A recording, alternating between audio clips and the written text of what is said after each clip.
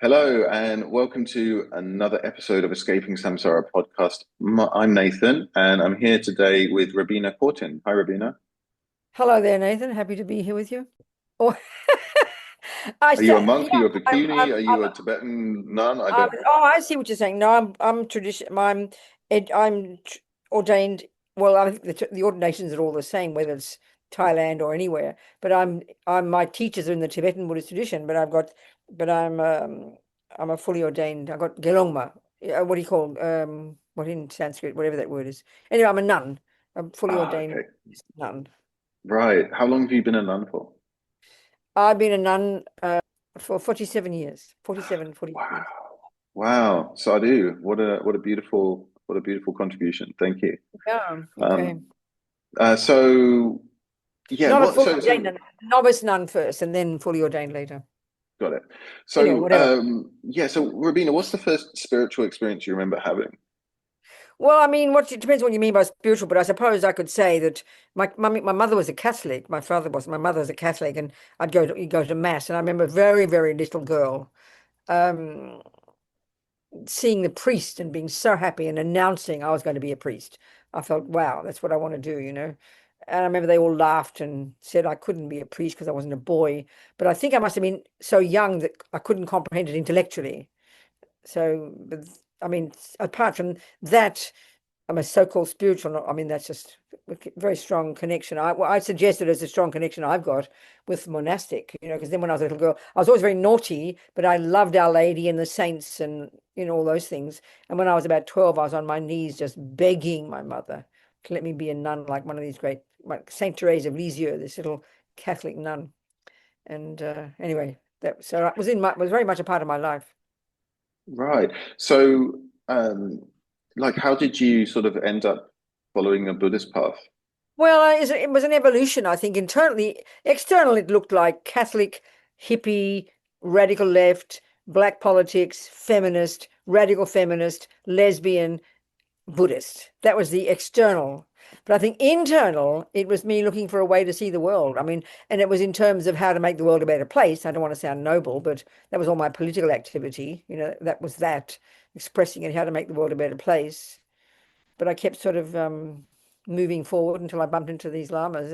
Actually, at Chen Raising Institute in 1976, Lama Yeshe and Lama Zopa, they're my teachers now. They're the first teaching I went to, June 76.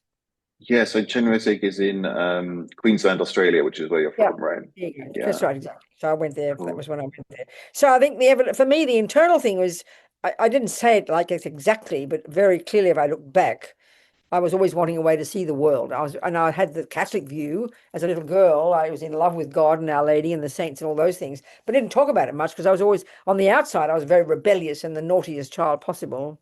But this internal world I had, you know, and not in terms of guilt or anything. I never had guilt. I used to love the concept of God being everywhere, all this idea, and and I think that lasted until I was about 19. Then it was time to kind of like say goodbye, God, hello, boys. And it was a very clear kind of progression. I didn't have guilt. I didn't worry about guilt. It was a waste of time. And then sort of hippie and all those things. That's about 10 years intensive kind of moving through various ways of seeing the world, always very committed. And I think I just kind of exhausted each option as I went. And then finally, I think I was doing martial arts after sort of this radical political activity, very strong, full time in England and the States and mostly there. And then I think I wanted something, beginning to find something spiritual again. I started doing martial arts and I was totally committed to that. And then some very kind man ran over my foot and stopped me in my tracks. And so I had nothing else to do. And I saw this poster that said Lama Yeshe at Chen Raising Institute. And so there I was. So since then, that's what I've been doing. Cool. So, So evolution. yeah, like I was raised Christian evangelical style. And Okay. yeah, so I'm just interested, like because when you're young and you sort of have this sort of faith that you sort of grow up with, Mm. like I can recall having spiritual experiences in church praying, for example, Okay. and Yeah. they correlate quite closely with some samadhi experiences that I have when I'm meditating. It's just that I'm interpreting them differently. That's So I'm just sort of wondering, like, I know this is quite a big question, but sometimes that just sort of points me to the idea that like there's a lot of similarities in terms of what internal states are being produced in these religions, So and it's I just think a question of interpretation. no, I think that's very true to some degree. But if we look back, I think if we look at the evolution of the Buddha, where he came from, and I'm only really now, I think, in the West are we beginning to appreciate these phenomenal geniuses, these Hindu yogis. As His Holiness the Dalai Lama says, it was these Indians, these are genius Indians more than 3,000 years ago. They're the ones who began the investigation into the nature of self. And so, as we know, they developed this technique that that brings us to this samadhi. And it's a level when you study the texts in depth, and you realize this state of mind they literally discovered. We've all got it, but they discovered it. I mean, it was just utterly ingenious. And it's astonishing that when you read the literature about the levels of mind that you can accomplish and the state and what those states are like, and the levels of cognition, there's nothing remotely like that in neuroscience or even in other religions. With greatest respect, there are no techniques like that in Christianity, with respect, nor in Islam. So I think it was these Indians, and then, so I think in some way there's many similarities. If I read my experience of these Catholics and all these kind of blissful experiences of some of these saints, completely devoted to God from the point of view of devotion, a lot of similarity there, I'd say, and blissful states, But in terms of skill and technique, I think you can't beat the Indians. That's not being sectarian. I mean, they're not even Buddha. He didn't invent it. These Indians did before him, incredibly sophisticated skill. But I think, and the other thing it points to for me, for you, is obviously if you have the view of karma, whatever experience is not random. I mean, the Buddha's view, as you very well know, is we're not random. We bring our own stuff with us, and that's how come for me, as soon as I went to mass, I recognized it. It's like, oh, wow, I'm going to be a monk or whatever. And similar to you, I'd say, some obviously past karma, we have those imprints in our mind. Yeah, I think that's very good explanation. I think I would agree with that. And interesting also you bring up the devotional aspect because I think Yeah. for me, I sort of left the Christianity thing.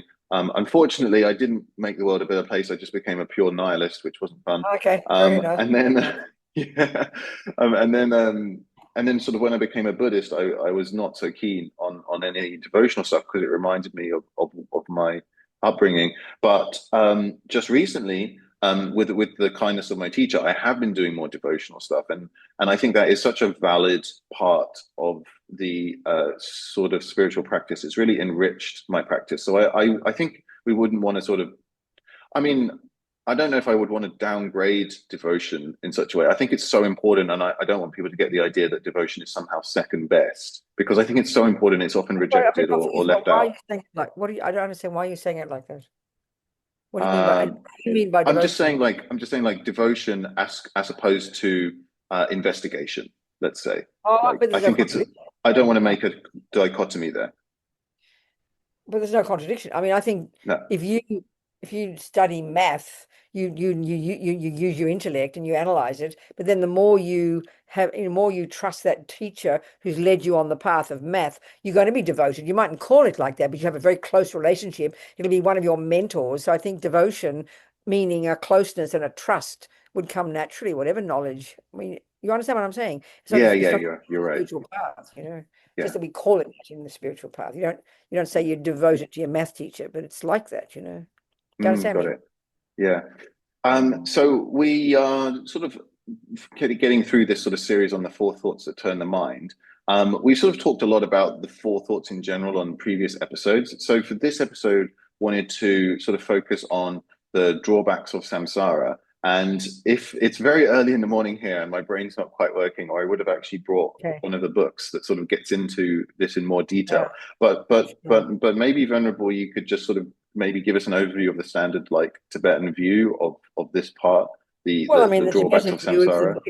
it's the Buddha's view, but I suppose it's the way you frame it over the centuries. The different traditions frame it, but basically, it's the first stages of Buddhist practice. I mean, the very first teaching he gave was from his own direct experience, discovering that there is suffering, there are causes. You can get rid of both of them, and then the method of how to do it, and that's it. That's the Four Noble Truths, isn't it? And what he's describing is what he refers to as being stuck in samsara. Okay, we can refer to it in two different ways. It seems the big picture point of view is the big picture point of view is the entire universe. You know, he divides the entire universe into these different realms of existence. He says there are trillions of sentient beings, and we're all in different stages of suffering. You know, you got, okay, and from the Indian perspective, you got the genius dudes who are in the subtlest level of samadhi, and they say that they call that liberation. Now that's where Buddha diverged in his own direction. He says no, they're not liberated yet, it's still in samsara. And so the definition here would be being in samsara, either whether it's in the big picture point of view of different realms of existence, or in general, it means being caught up in the neuroses, being caught up in the root delusion, the grasping at a sense of an independent, inherent self. If you've got that, you're in samsara. And then the bigger way of saying it literally is in terms of the different realms of existence you're born in, you know. But the real one is internal. It's the neuroses.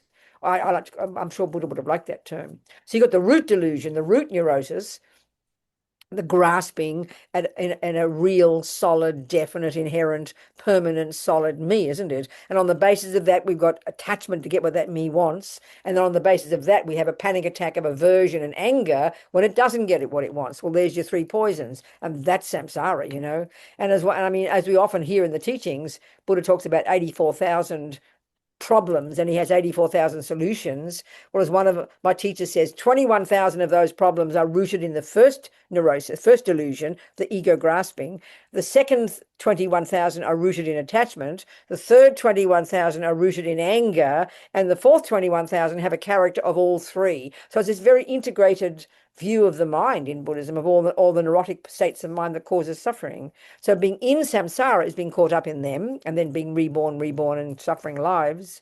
So you get out of samsara by giving up the delusions and then realizing selflessness and achieving nirvana, don't you?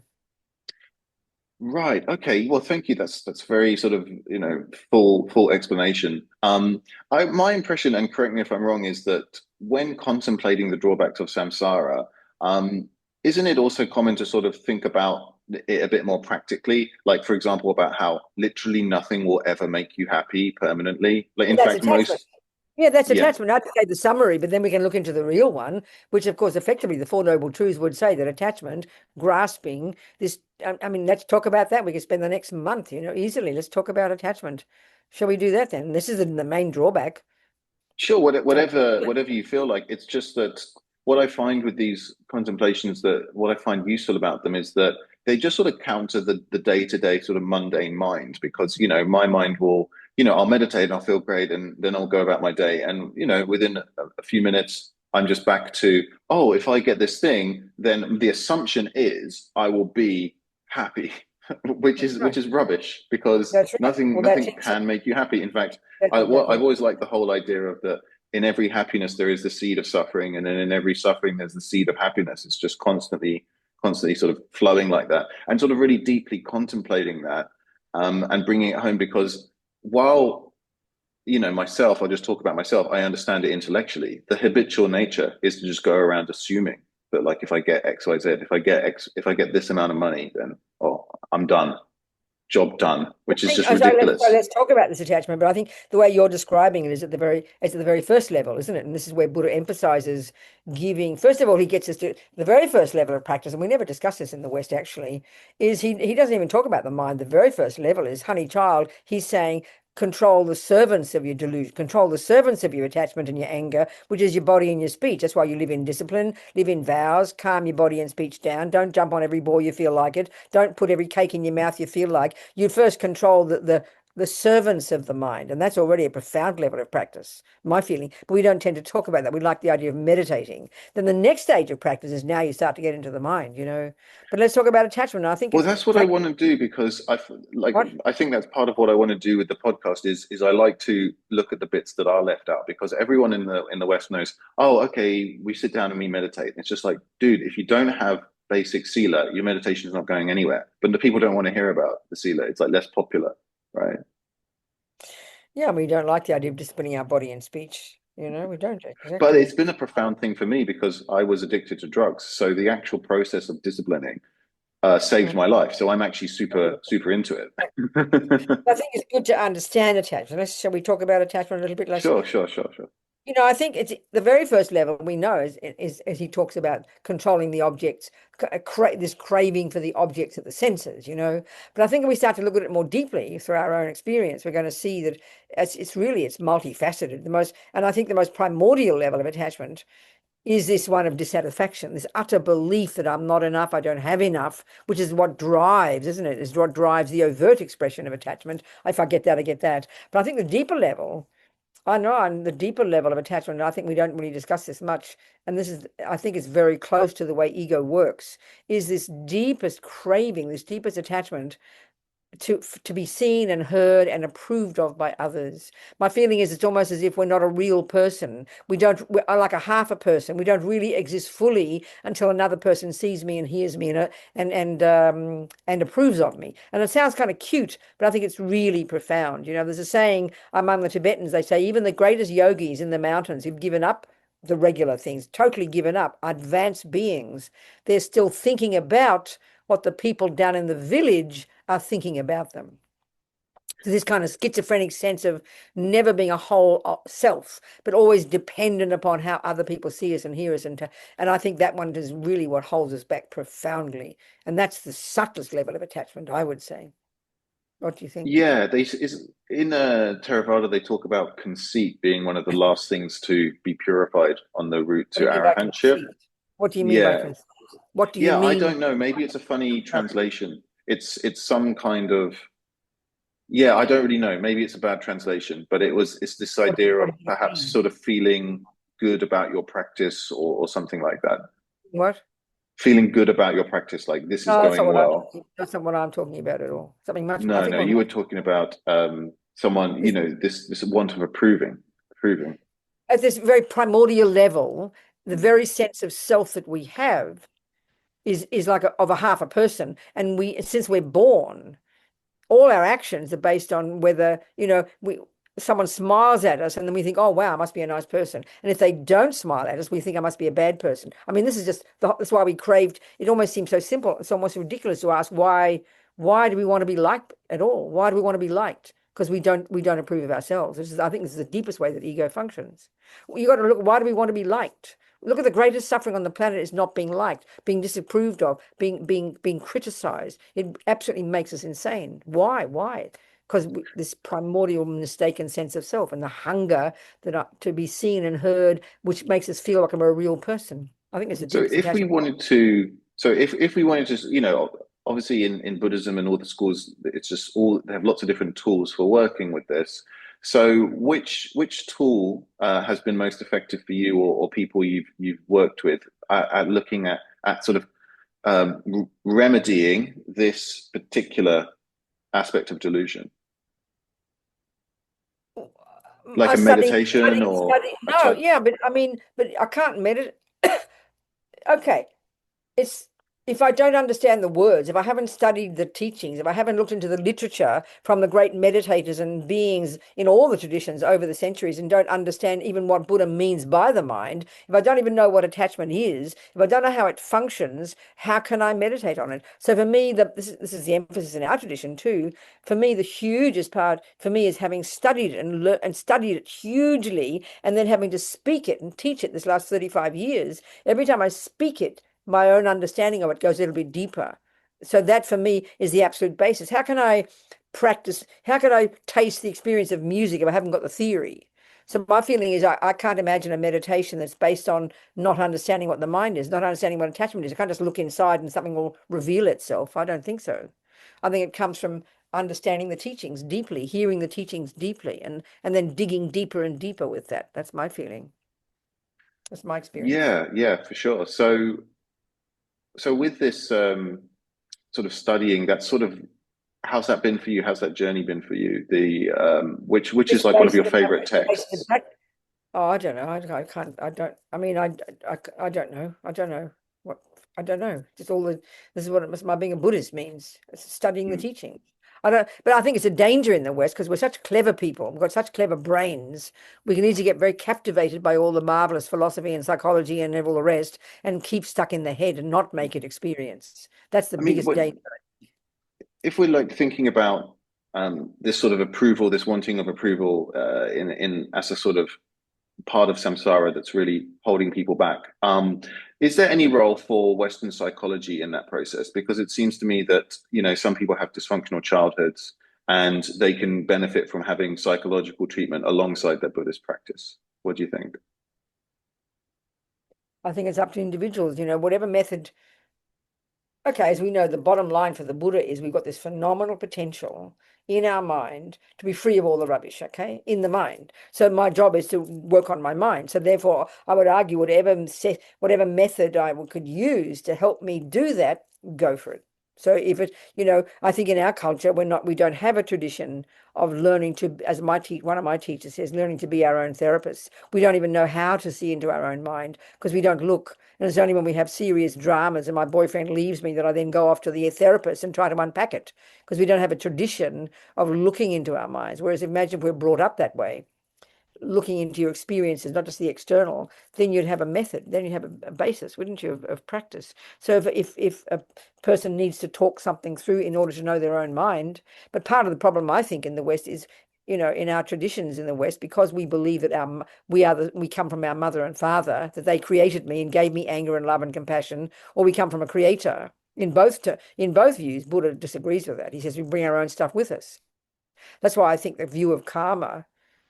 I mean, many Buddhists don't even care about it, don't like it, but I can't even imagine how we can understand Buddhism without understanding karma. It's his view, it's the view of the world as far as he's concerned. And it was in his tradition well before that, and his culture well before that, that we come into this life programmed with our own stuff. So if I don't understand my own stuff, and if I only understand what my mother did to me, I'm in big trouble. So But am I understanding, so how do you understand your own stuff, as you say? Well, if I'm using Buddhism as my basis, if I'm using the Buddhist model of the mind, which I'm trying to, that means I have to understand it. And then on the basis of using that, I hear attachment, anger, these words. Then I look inside and I go, oh, that's what they mean. There it is. I mean, I don't think I can just look inside and go, there's anger. I can roughly know that.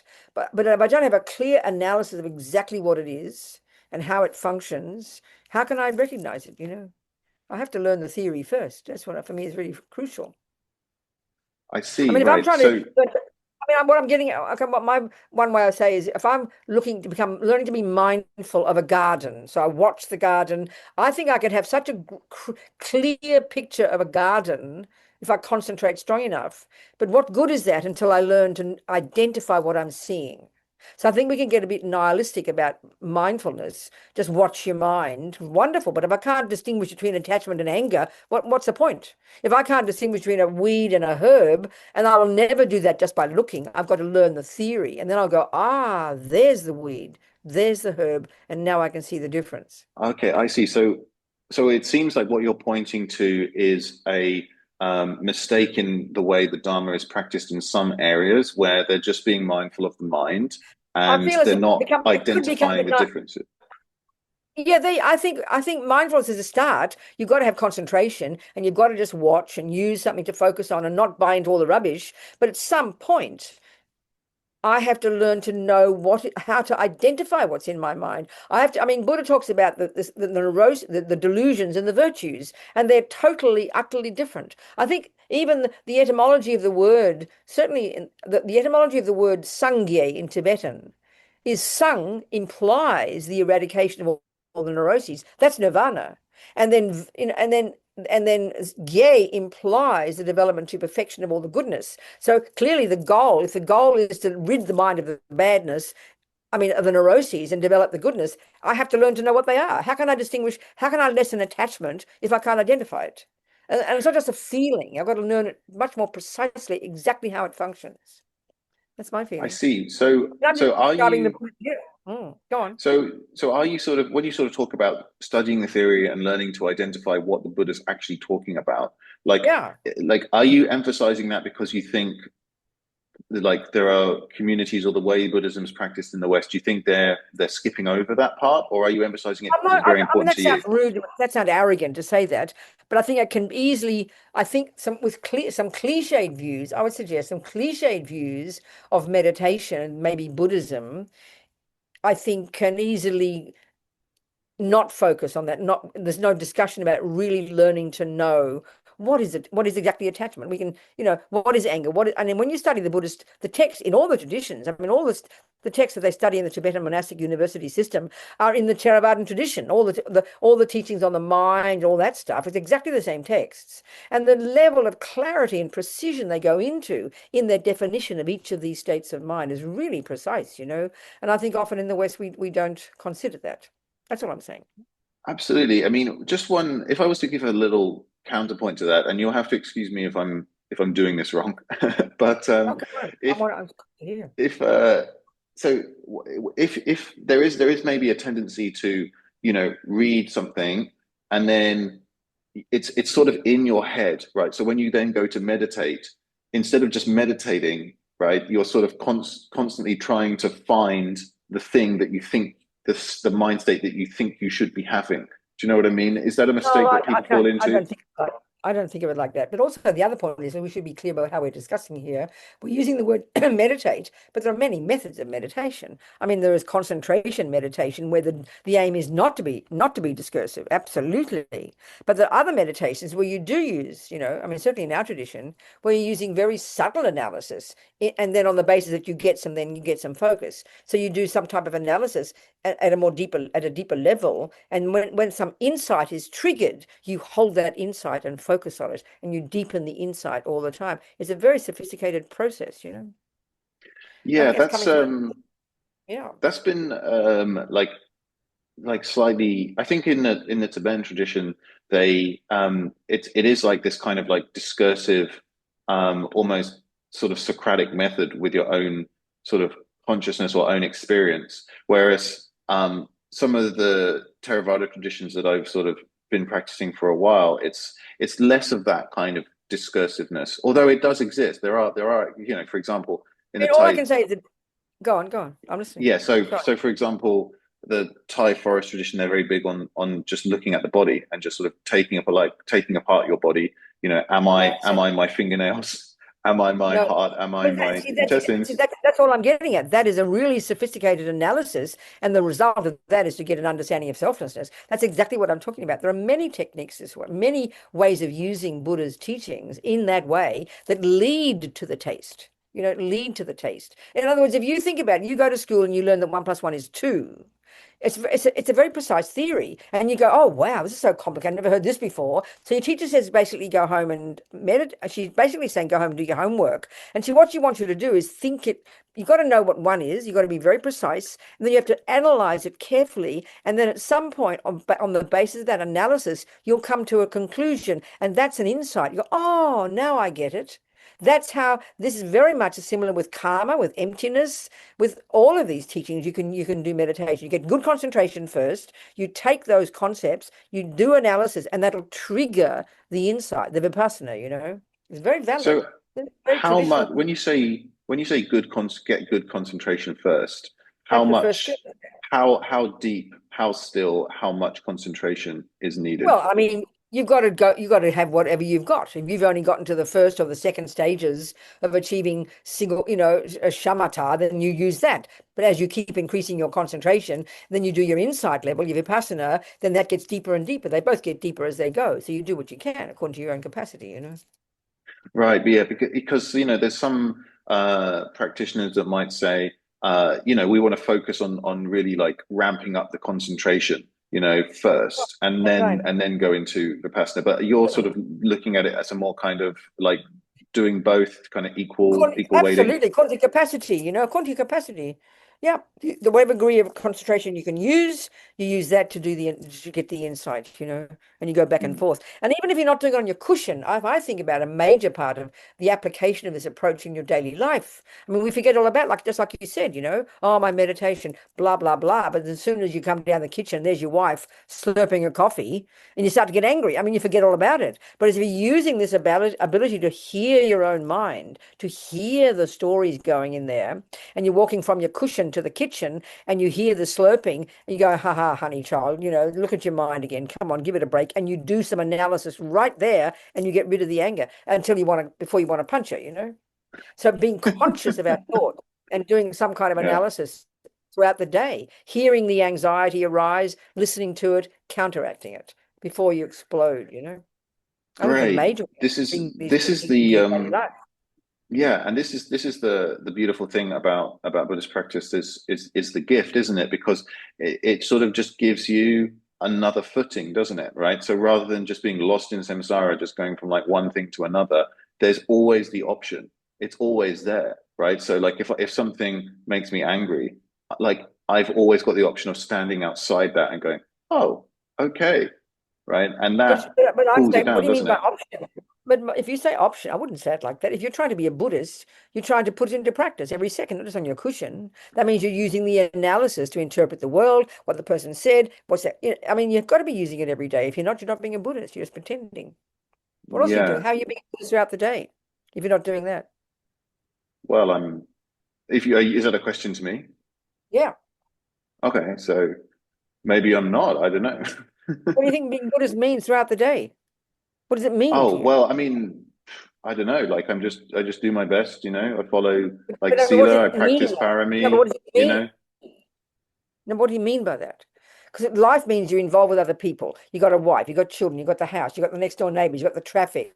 So, what are you doing with your mind? How are you learning to be a better Buddhist in your mind while you're living regular life? What are you doing with your mind? I mean, I can't say that I'm watching my mind and being mindful all the time because I'm not. I Well, have then you're not being a Buddhist. I mean, yeah, that's the whole point, surely. But no, forget it. I'm I'm not not sure even. how I can be No, mindful while I'm I'm not. doing my No, I'm not work. even being mind. No, forget mindful. Screw mindfulness. I'm not discussing that. How do you interpret Buddha's view of the world? Surely is a very clear, deep, precise presentation of his view of the universe. That's what it is. What else do you think Buddhism is? It's his view of the universe. Nothing has an inherent nature. Everything is due to karma. The mind runs the show. Delusions cause suffering. Virtue causes happiness.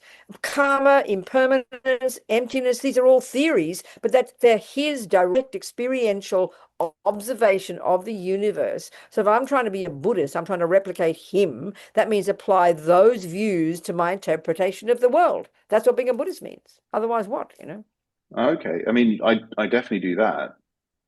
So, Well, that's being a Buddhist. well, good. So I'm when someone, glad that I when haven't bad wasted the last 15 years then.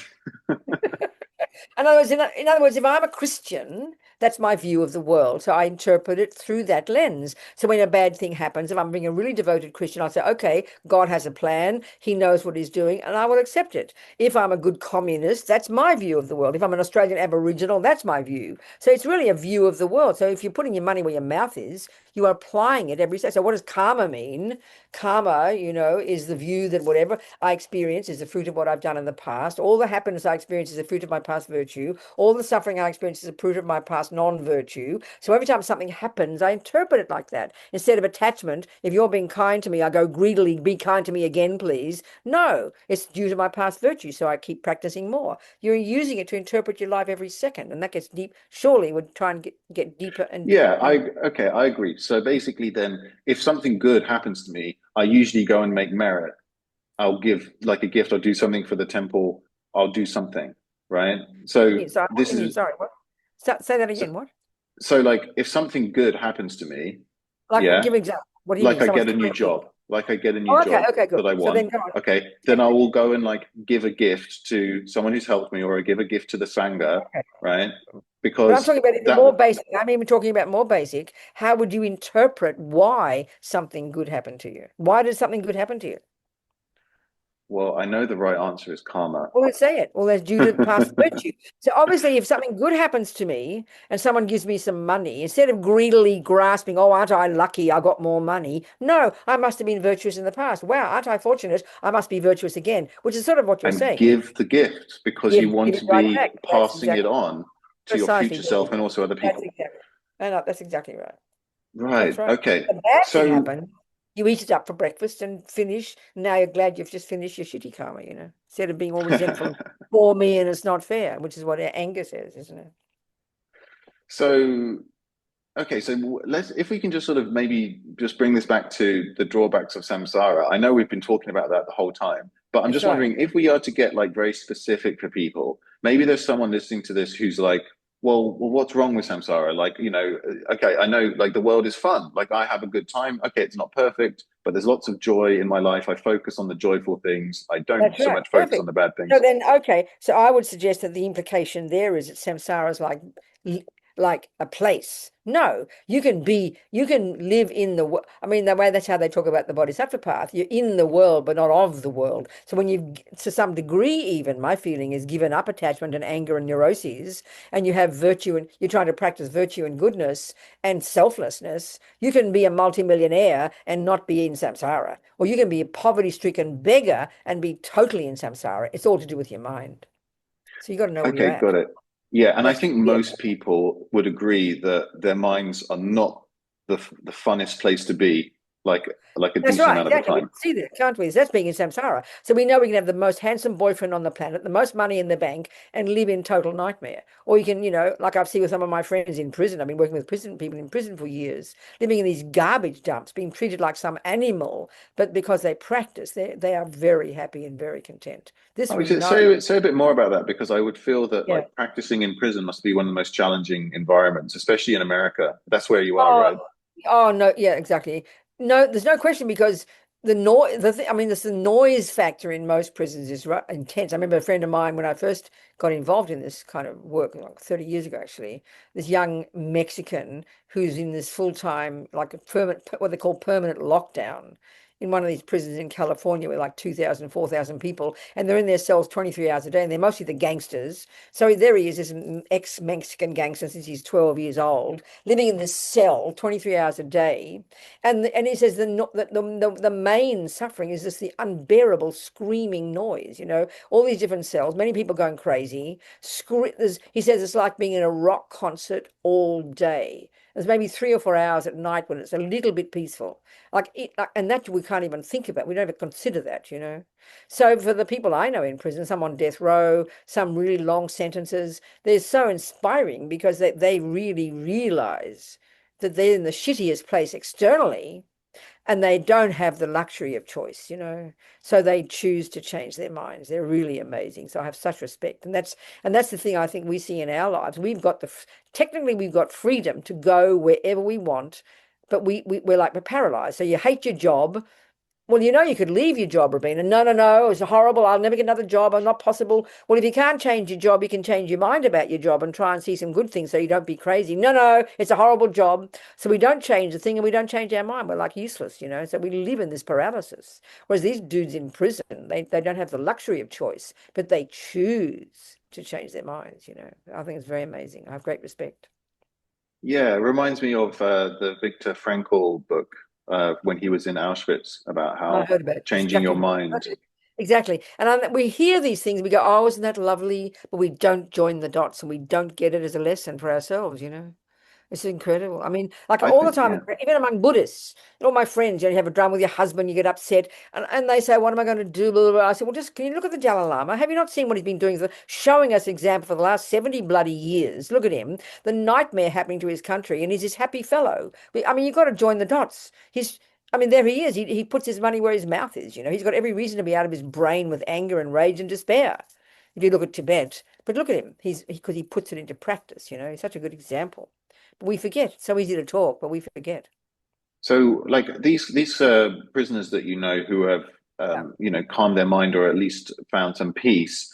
No, Um, no, it's not a question. I don't say it like that. I would say who know their minds well, who are practicing Dharma seriously, learning to give up their shitty delusions, learning to be content with this suffering life, and learning even to be of benefit to others. Making it real for them, right. making it real for them, not just finding some peace. That sounds too cliched, in my opinion, with respect.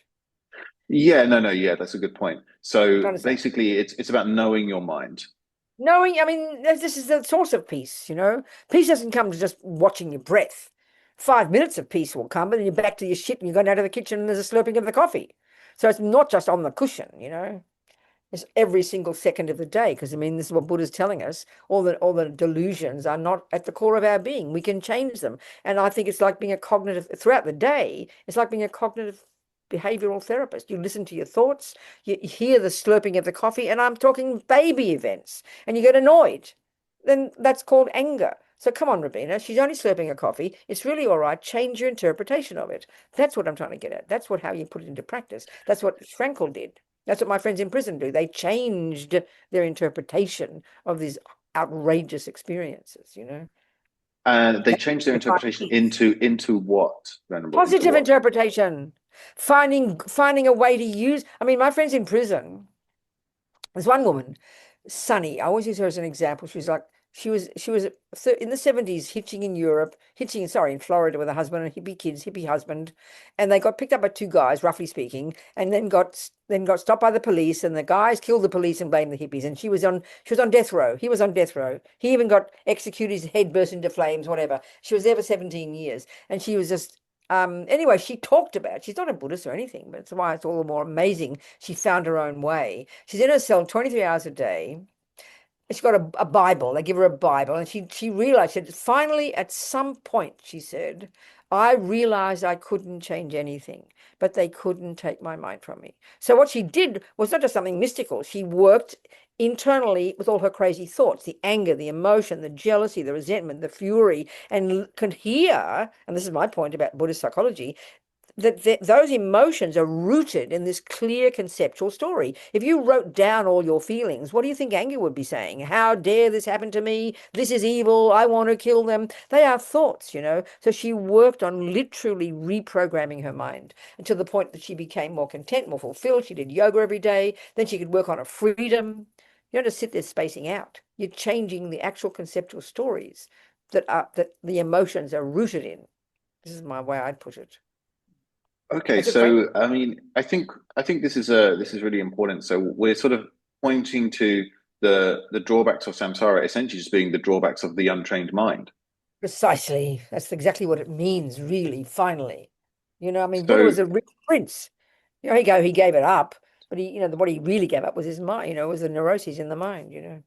That's the point. so so this untrained mind, it's like there's that famous verse in the Dhammapada where he says it's like there's like no greater difficulty. I'm probably butchering it, but there's no greater you know, drag, to paraphrase it, than the untrained mind. And the trained mind is no greater beauty. And a trained mind what? No greater beauty. I'm going to look it up. There you go. Do you That's know it. I what? mean, another way of putting that is getting, being able to, even at a fairly gross level, being able to be having your thoughts under control, change your angry thoughts into peaceful, change your jealous thoughts, change your unhappy thoughts, change your neurotic thoughts about yourself. It takes time, but that's just simply conceptual. It's cognitive therapy every single day. It's not Okay. mystical. I've actually found the verse. It's from the Anguttara Nikaya 5-6. It's quite long, but this second part is quite good because I perceive no other phenomenon as harmful as the uncultivated mind. The There untrained you mind because brings great loss. Because I perceive no other phenomenon of such great advantage as the cultivated mind. The trained mind because brings great benefit. There you go. That's exactly what being a Buddhist means. Great. Being your So own cognitive behavioral therapist. I tell you, he was the best cognitive behavioral therapist you can find. He was the best positive psychology you could find. I'm not kidding. I mean, Fast, you fast. also mentioned the different realms of existence. There's like in the Yeah. Theravada tradition, I'm more familiar with the six realms. Well, of So course, yeah. Well, that is the Theravadan teachings. It's the teachings that we share in the first stages of practice, all the views of the universe. Yeah, we got the so whole. it sounds like that you're sort of giving a sort of you're using words like positive psychology and like a cognitive I'm being your saying own those cognitive not just therapist. because we know those terms in the West, but I'm saying Buddha is he's your he's your expert at these. He like began this. He's like the expert. Right. So can you just sort of tie in the six realms of existence and how that might sort of affect or Into be part of this. the drawbacks of Oh, samsara? okay, yeah, of course. Yeah, because if I'm in a human body, and that's first of all due to past virtue. That's due to non-killing. If a predominance of non-killing virtuous karma is in my mind at the time of my death, and they go to this in great detail in the Vajrayana system. They've got a very detailed description of the death process and exactly of how the 12 links play a role at the time of death. So my mind is peaceful. That gives an opportunity to one of the billions of karmic seeds in my mind of non-killing to be triggered. And this would have happened in our case. So even before you stop breathing, that virtuous karmic seed of non-killing from whichever life would have been triggered. That already programmed us, even before we stopped breathing, to find our way to our new mother's human womb when she hopped into bed with our daddy, right? So at the same time, so we've got the human body, but then karma ripens in three other ways. So the next way is your tendencies, your mental tendencies. So we can see you can have a human body, but you can be like Hitler. You can be a human body, but be like Mother Teresa, like the cliche. See, we want to try and cultivate the virtuous states of mind. Why? For no other, and stop cultivating the negative ones. Why? In this daily life, in this life, yeah, so I can be happy. But so that at the time of this death, I can be ready to get another human body. Otherwise, I'm in big trouble. I just jump back into go back and become an animal or a spirit or a hell being again, and I'm in serious trouble. Then I've lost the plot for a while. So we want to keep practicing because our mind will continue until we've achieved nirvana. So we've got no choice about it. So we've got to take care of the long term as well as the short term. Yeah, my teacher sort of says, on time of death, like making the aspiration to be born somewhere where there's Buddha Dharma. Is that part Exactly. of it? Right. Bare minimum. Hell yes. But how to do that is this life by practicing it. I mean, if we practice tennis all this life, don't be surprised you're going to get born in some kind of, who knows what. We leave imprints in the mind, tendencies. So we stay close to the Dharma, have that aspiration, practice virtue, live in our vows, then death will be easy and we'll program ourselves for another very nice human birth and keep on bopping. Yeah, I like the way you put that.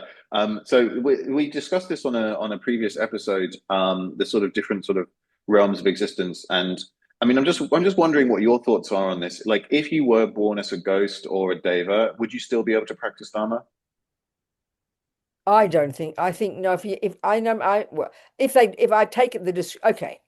It seems to me, first of all, the Buddhist model of the mind refers to all beings, all the way from the formless realm to the hell realms. That's what he means by samsara. So the deluded states of mind, ego grasping, the root delusion that clings to me, attachment to get what that me wants, anger when it doesn't, and all the others. Everybody's got those. But you'd argue in the animal realm, they would say that there's a predominance of those. They've got karmic imprints of past virtue, but they're buried deep under the weeds of all the delusions, and animals can't access their virtue. It's all there. Well, But what when you about the say, devas then?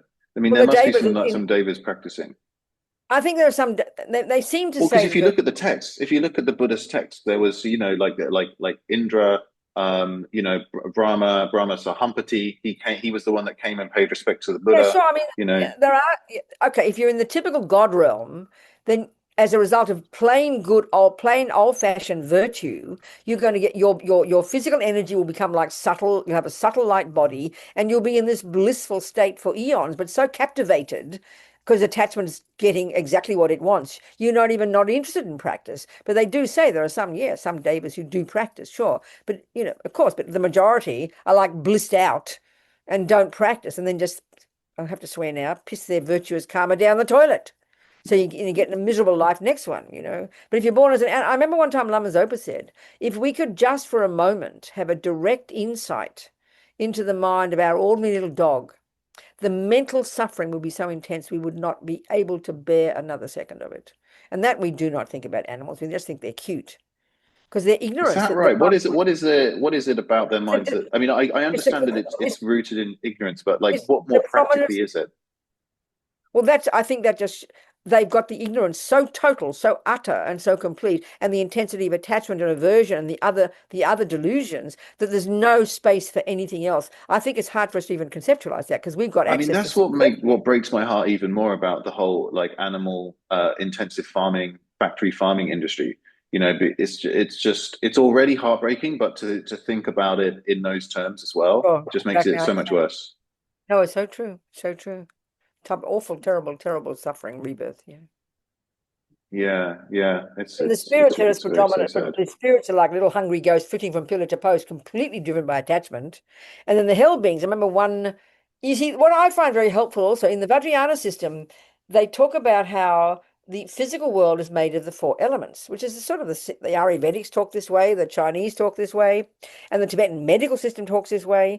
The physical world is made of the four elements, and now all of our minds are conjoined with their own set of the four elements. So if you, like as Lama Yeti said one time, a hell being, isn't some person in this hell sitting there kind of like sort of the devil waiting, ha ha, I'm waiting for this, the hell experience you could say is the result of the negative energy of that sentient being, and because we've all got a physical energy, because of the negativity, it's the physical energy is predominantly manifesting as the fire element. Your mind is conjoined with a fire element, so it's intense mental suffering. And then the spirits are predominantly joined with the air element, and we, like the animals, are conjoined with the physical elements. I mean, we've got the physical elements, and we Yeah, it and makes we sense. create those experiences. No one sends us there. There's no punisher. There's no rewarder.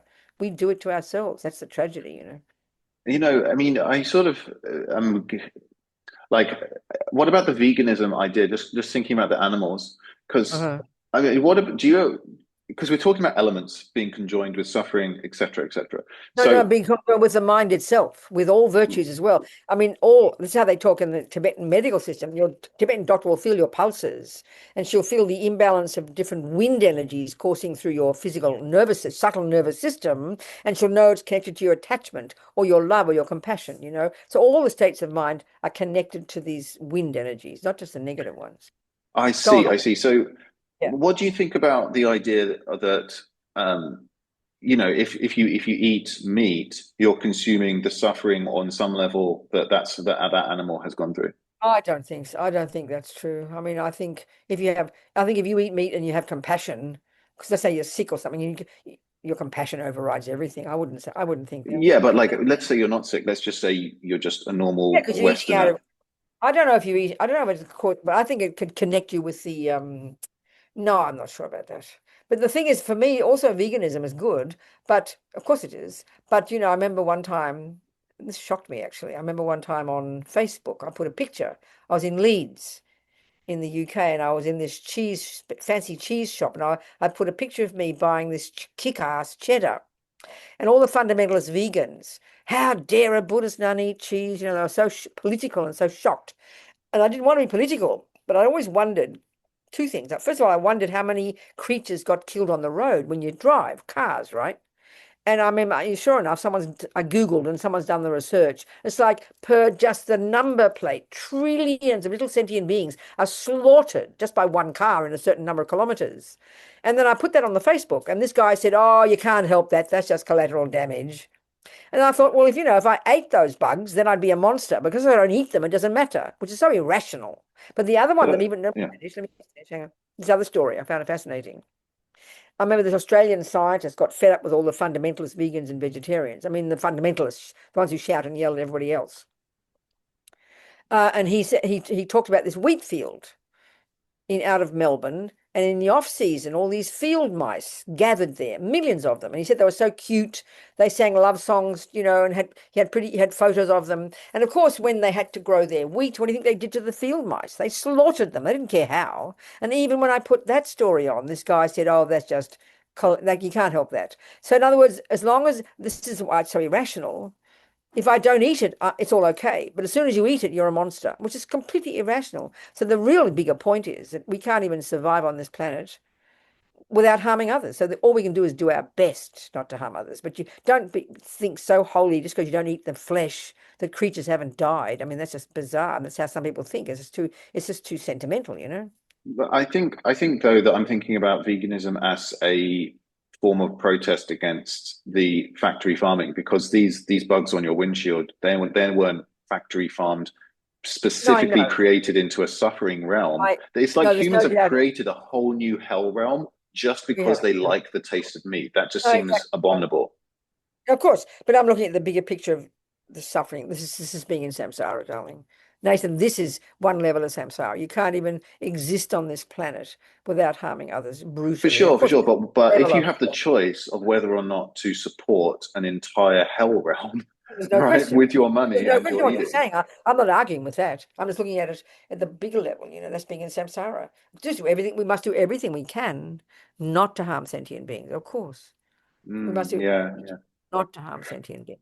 That's the bottom line, isn't it? Do you think there's any, do you think you get much negative karma from like, okay, let's say you're a normal Westerner, you're eating meat because you like the taste of meat, you think it's getting you protein, there's plenty of other protein sources, right? Do you think there's any negative karma from that because you're sort of like because of the animal that was like killed in great suffering? Well, of course there is. How can it not be?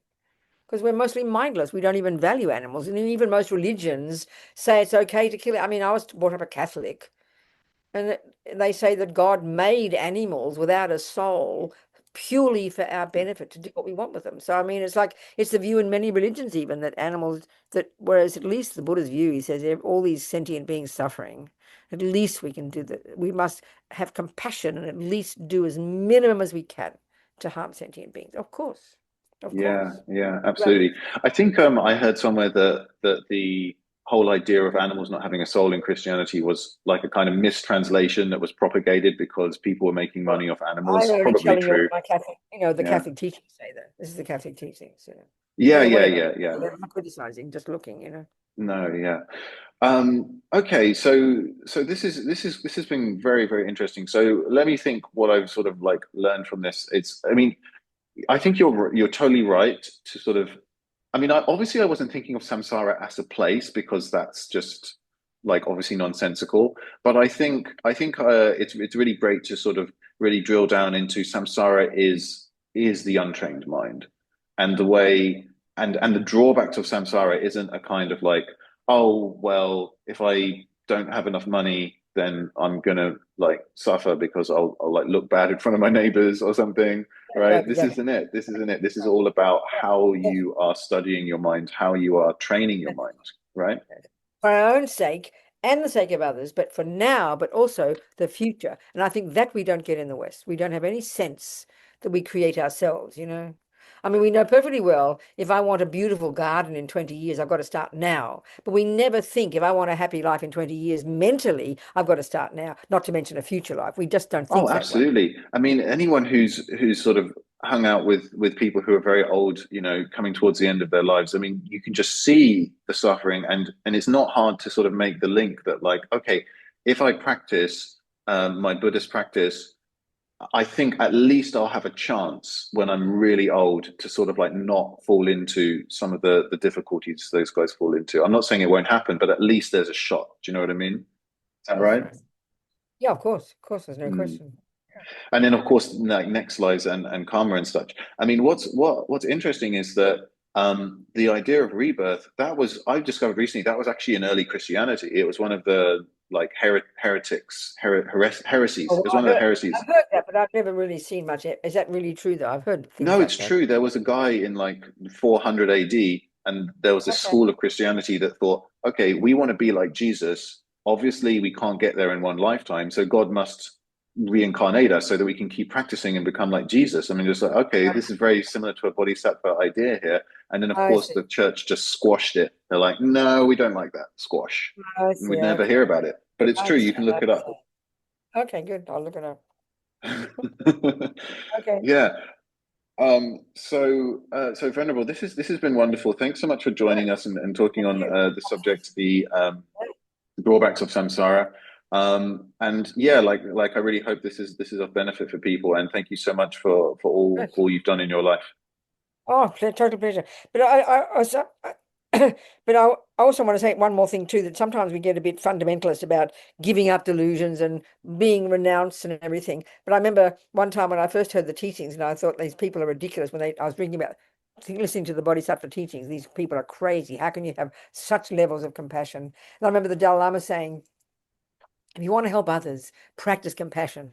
And if you want to help yourself, practice compassion. So I think the biggest one for us is to see that we too are the beneficiaries of practicing virtue. It's not just something you're sacrificing yourself. It's the way to make yourself happy. And we shouldn't feel guilty about it. It's wonderful. I mean, it's a perfect method. So practice more love and more compassion and you get happy. Great. Double benefit. Do you understand me? Yeah, I think that's so true.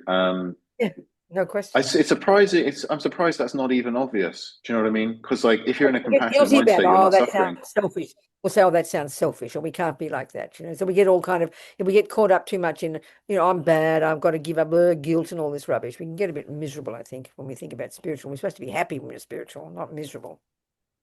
So giving up Yeah, samsara could absolutely. Yes, yes, exactly. This isn't about sacrificing. It's like there's that traditional metaphor or simile, it's like holding a hot coal, isn't it? And it's all like, oh, I just need to let go of this hot there coal. you go. Very nice. Yes. Yeah. Well, Okay, you keep well, doing what thanks. you're doing. You're doing a great job. It's wonderful, Nathan. Okay, well, thanks so much. Is there any sort of places that people can find out more about you or your organization before we go? Oh, yeah, yeah. My website, the Robina Courtin, there's a website there, and then it shows where I belong there, so they can go to that other website there. But I've got a website there, Okay, we'll put that in the show notes. So, robinacourtin.com. Rabina, thanks so much. Good, darling. Thank you. You're doing a great job. Keep going.